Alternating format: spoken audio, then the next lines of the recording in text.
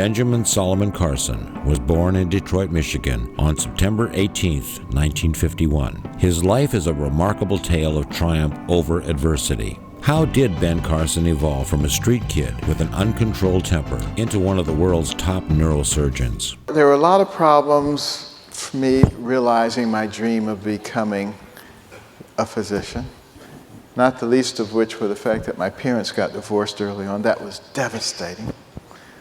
And my mother was one of 24 children. His mom, Sonia Copeland, never made it past the 3rd grade. Born in rural Tennessee, she grew up in a succession of foster homes. We got married when she was 13. To Robert Carson, he was a factory worker at the Cadillac plant and a part-time preacher. And they moved from rural Tennessee to Detroit. And some years later, she discovered he was a bigamist, had another family. You know, she thought it was very strange, and we ended up moving to Boston to live with her older sister and brother-in-law. Typical tenement, large multifamily dwelling, boarded up windows and doors, sirens, gangs, gigantic rats, aggressive roaches. If anybody had foretold a future for Dr. Ben Carson for growing up poor in Detroit's inner city in the 1960s, it may have been as a violent criminal or high school dropout, since by his own admission, he was known as the hothead class dunce. But I remember as a 9-year-old, sitting on the ghetto stairs, looking through the building across the street, out of which all the windows had been broken, and through which a sunbeam was shining. And it made me think about my future. I remember thinking that it was unlikely that I would live to be more than 25 years of age, because that's what I saw around me. I remember seeing people lying on the street with bullet holes and stab wounds. Both of my older cousins, who we adored, were killed. My mother, in the meantime, was out working 2, 3 jobs at a time, leaving at 5 in the morning, getting back after midnight, day after day, one job to the next. She was so thrifty. You know, she would go to the Goodwill and buy a shirt, had a big hole in the elbow, buy 2 patches and put one on each elbow. People would be saying, "Where'd you get that shirt? I want one like it." Ben's academic performance worsened. In the 5th grade, I was a student. I was a horrible student. I was the worst student you have ever seen in your life. And, you know, I was called dummy. Everybody called me stupid. I was the butt of every joke about anybody being dumb.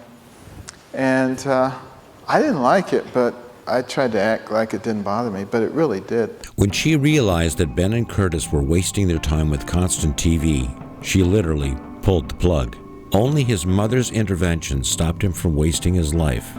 Because she could only find menial work, Sonia recognized the importance of education. My mother made us start reading books. She insisted that they borrow and read 2 books a week from the local library. She refused to let her boys go out and play until their homework was done. But despite the fact that no one else believed in me, my mother did. You know, we were very poor. There was never money for anything. But it didn't cost anything to get a book from the library. She demanded weekly book reports to monitor her son's progress. She handed them back with notes, even though she was barely literate herself. I was not happy about it. And her friends would say, "You can't make boys stay in the house reading books. They'll grow up and they'll hate you." And I would sometimes overhear her friends, and I would say, "Mother, you know they're right." Despite his chafing at the restrictions, Ben came to realize that he loved to learn. As I started reading those books, as I started reading about people of tremendous accomplishment in all kinds of fields, it became clear to me that the person who has the most to do with what happens to you in life is you. Once I understood that, poverty didn't bother me anymore, because I knew it was only temporary. I knew that I had the ability to change my circumstances. This fatherless boy, seethed with a violent temper, led him to physically attack others if angered. A dispute over which radio station to listen to caused Ben to snap. He pulled a knife and nearly stabbed a person. Luckily, a belt buckle stopped Ben's thrusting blade. Shaken by what he had nearly done, Ben ran home and locked himself in the bathroom for 3 hours with the Bible. He started praying, asking for help with his temper. At Southwestern High School in inner-city Detroit, Ben followed his other brother Curtis into the ROTC program. He set a goal for himself of reaching the rank of colonel, the highest available to a student. Ben's adult commanding officer told him that he should apply to West Point, where he'd be offered a full scholarship. Instead, Ben continued to pursue his dream of becoming a doctor. As a youngster, the only thing that really interested me was medicine. I loved anything that had to do with medicine. Anything on radio or television about medicine, I was right there like a magnet. And I even liked going to the doctor's office, so that tells you that I was kind of a strange person. And going to the hospital was like the best thing in the world because, you know, most people get irritated and they say, my time's important too, I'm sitting there waiting for these doctors. But I love waiting for the doctors. I would sit out in the hallway and listen to the PA system. Dr. Jones to the emergency room, Dr. Johnson to the clinic. They sounded so important. And I would be thinking one day they'll be saying, Dr. Carson, Dr. Carson. But of course, now we have beepers, so you still don't get to hear it. But despite the downturn in Detroit's auto industry, Ben persisted in finding summer work. Between that money earned and a scholarship, he managed to attend Yale University, where he earned a BA in psychology in 1973. Later, Carson enrolled in the University of Michigan Medical School, drawing on his fascination with the mind to study neurosurgery. In 1975, he married professional violinist Lucinda Candy Rustin, who he met at Yale. After Carson earned his medical degree in 1977, the two of them moved to Baltimore, Maryland, where he became a resident at Johns Hopkins University that year. They went on to have 3 sons, Royce, Benjamin Jr., and Murray. Carson's skill with a scalpel and his superior visualization ability turned him into a first-rate surgeon. when I decided that I wanted to be a neurosurgeon, well, I wanted to go to the place that's best known for neurosurgery, and that would be Johns Hopkins. By 1982, he was chief resident in neurosurgery at Johns Hopkins. Through hard work, his mother's love and faith, he had fulfilled his dream. In 1983, Carson took a position as a neurosurgeon at Sir Charles Gairdner Hospital in Perth, Australia. In the year he was there, he honed his skills tremendously. He returned to Johns Hopkins in 1984. The next year, at age 33, he became the youngest major division director in the hospital's history as director of pediatric neurosurgery. He also became a co-director of the Johns Hopkins Cardiofacial Center. Using newly developed techniques, on September 4, 1987, Carson supervised a team of 70 doctors, nurses, and support crew in a 22-hour surgery to separate two 7-month-old twins, Patrick and Benjamin Binder, who were joined at the head. The children survived, although both suffered brain damage. But sometimes dreams don't lead to good places, and I'm sure some of you remember the case of the Bajani twins, the 29-year-old Iranian women who were joined at the head. Their lifelong dream was to be separated. They scoured the planet looking for a team that would be willing to take on that kind of risk. Everybody agreed that there was no better than a 50-50 chance of them surviving such an operation. When I was first contacted about their case, I told them about Chang and Ing Bunker, the original Siamese twins who lived until they were 63 years old. But they didn't want to hear about that. And they kept searching until they found a team that was willing to do it in Singapore. And they had actually separated a set of twins from Nepal. Some years earlier, I was actually involved in that case, so they managed to convince me to come and join them against my better judgment. But when I met those young ladies, I was duly impressed. They were full of personality, vivacious, smart, had learned to speak English in only 7 months, if you can imagine that. They both had college degrees. They both had law degrees. Only one wanted one, but they both had law degrees. They had a very good impression of the risks that they were undertaking. And they said something to me that really struck me. They said, "Doctor, we would rather die than spend another day stuck together." And that seemed kind of harsh to me, but then I did something that I highly recommend to everybody. I put myself in their shoes. I said, what would it be like to be stuck to somebody 24/7? Couldn't get away from them for 1 second. It could be the person you like the most in the whole world. How long would you like them for? And I began to realize what they were feeling. Well, you know, that operation proceeded. We were in the third day. We were about 90% finished. Some people were starting to celebrate. I was not among them. Because when we got to the very last part of the operation, they started bleeding. Under such pressure, you couldn't stop it. You'd put a clip on it, and it would rupture behind the clip. Another clip, and it would rupture, and it kept rupturing, and they died. So not everything that we do is successful. But interestingly enough, if you look throughout the history of surgery, you find a lot of failure that eventually leads to success. The first kidney transplants, horrible, disastrous. The same thing with heart, lungs, livers, transplanting them, horrendous. You would have said, why did they even bother?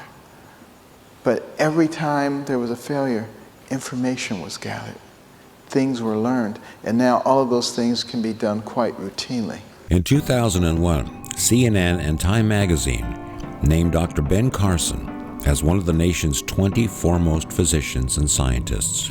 In his 1992 autobiography, Gifted Hands, the Ben Carson Story was published. In short order, he published 2 more best-selling books, The Big Picture in 2000 and Think Big in 2006.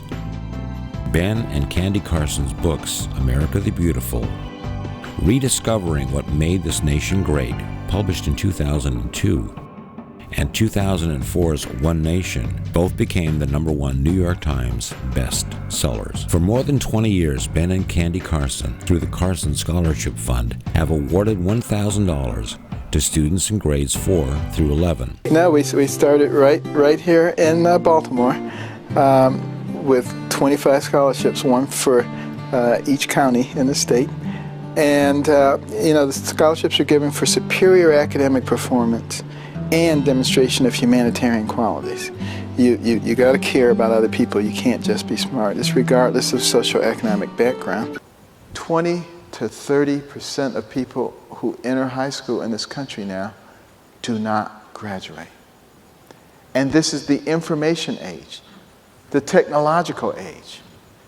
That wasn't such a bad thing during the agricultural age, when we were known as the breadbasket of the world, could produce more corn, wheat, and barley than anybody. Not a problem. Wasn't so bad during the industrial age, when we could produce more airplanes and cars and sewing machines than anybody else. But we're no longer in the industrial age or the agricultural age. We're in the information age, where knowledge is power. So we can't afford to have that number of people dropping out of high school. The fund builds and maintains Ben Carson reading rooms for children to cultivate the love of reading that turned Dr. Carson's life around. We all can benefit from more knowledge. I like to challenge people to make a promise to themselves that for the next 1 year, they're going to spend a half an hour every day learning something new. Just a half an hour. Not much time at all. A lot of people spend that much time on the toilet. Take a book in there with you, okay? And learn during that time, half an hour. Carson was forced to slow down after developing prostate cancer in 2002. He fully recovered from the operation and is now cancer-free. In 2006, Dr. Ben Carson received the Spring Arm Medal from the NAACP, the organization's highest award for outstanding achievement. In 2010, Dr. Carson was elected to the National Academy of Sciences Institute of Medicine, considered one of the highest honors in the field of health and medicine. Ben Carson has been granted 67 honorary doctorate degrees and numerous other awards, including the United States' highest civilian award, the Presidential Medal of Freedom. I would like to be remembered as a person who helped people to understand the incredible potential that they had, and to help people realize that they really don't have to depend on a lot of other people. In February 2013, Dr. Carson spoke at the National Prayer Breakfast, where he criticized President Barack Obama for his positions on taxation and health care. You make $10, you put in $1. Of course, you got to get rid of the loopholes. But now some people say, well, that's not fair, because it doesn't hurt the guy who made $10 billion as much as the guy who made 10. Where does it say you have to hurt the guy? He just put $1 billion in the pot. We don't need to hurt him. It's that kind of thinking. It's that kind of thinking that has resulted in 602 banks in the Cayman Islands. That money needs to be back here, building our infrastructure and creating jobs. And we're smart enough to figure out how to do that. We've already started down the path of solving one of the other big problems, healthcare. We need to have good healthcare for everybody. It's the most important thing that a person can have. Money means nothing, titles means nothing when you don't have your health. The following month, he announced that he was retiring from his career as a surgeon and turned his attention to politics. On May 4th, 2015, Carson launched his official bid for the Republican presidential nomination at an event in Detroit. He decided to run for President of the United States. I'm Ben Carson, and I'm a candidate for President of the United States. Ben Carson's story is inspirational, not only because of how far he's come, but because his final chapter is yet to be written.